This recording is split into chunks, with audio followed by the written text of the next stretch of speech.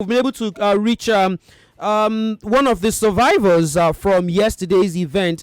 Good evening to you, ma. Good evening, sir. How are you doing?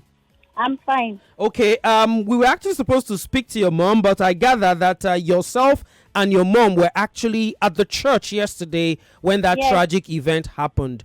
Yes, we went together. Okay, could you tell us exactly what you saw and what happened yesterday morning? Okay. It was around 11 when we finished the mass because it was a Catholic church. So after we were done with the mass and the father said the closing prayer. So normally in Catholic church, we wait till the father goes outside before the whole congregation follows him. So when he was done with the prayers, the final prayers, he was waiting to put incense into the lamp so that they would burn the incense along with him as he was going. That was when we first heard the first gunshot.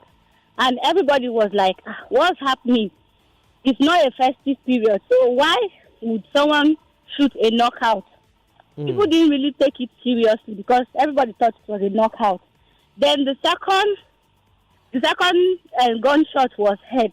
That was when people were now like, what's happening? They should close the front door. The entrance of the church, the door that leads into the church, they should close it. So the security personnel, the church wardens, they were trying to close the door when the shooters entered into the church and started shooting sporadically everybody. So as they were shooting, then one woman just said, everybody go down. That was what the woman said. So everybody went down and they started shooting everybody. They were shooting helter-skelter. They were shooting anyhow. They were not minding what was happening. They were just shooting anyhow.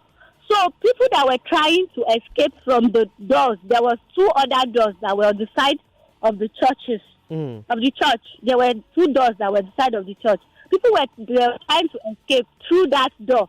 They shot every one of them at those entrance down.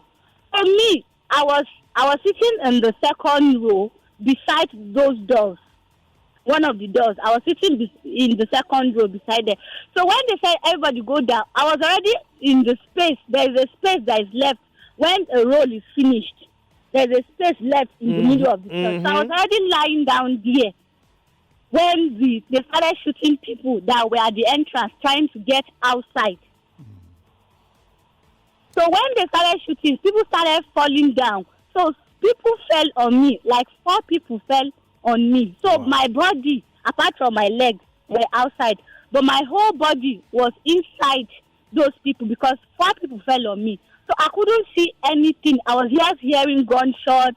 They were shooting them. At a point, they left the people inside the church. Then there's a room for changing, for choir changing, altar boys changing, and where father used to change his garments.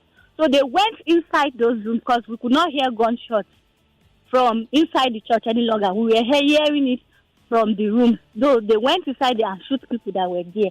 Then came outside back and shoot people again. Then they left. So they didn't say a word. They didn't say a word. Nobody uttered anything. And like you said, you were covered already by 4 people, so you didn't even see who they were. I didn't see who they were.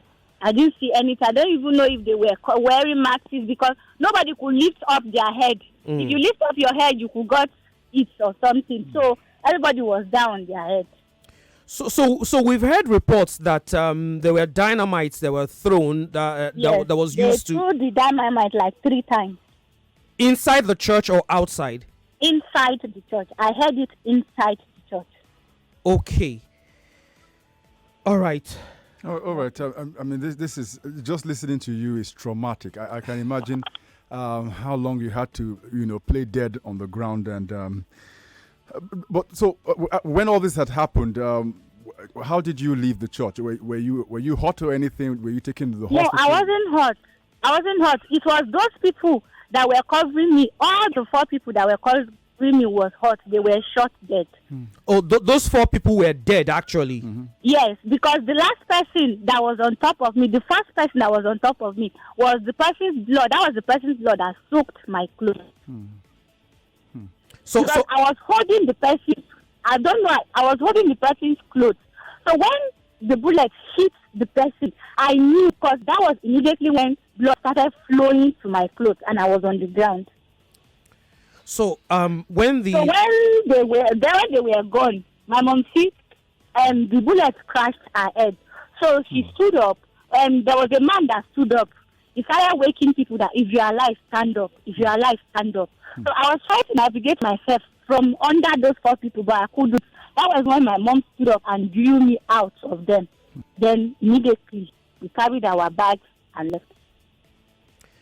And by the time you were leaving, what was the scene like outside of the church?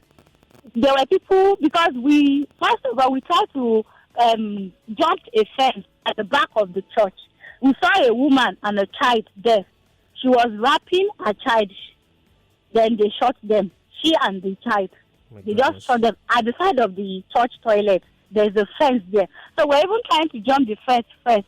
Then when we now saw that people started coming inside the church, then we now left there and went to the main entrance and passed, and there were courses outside.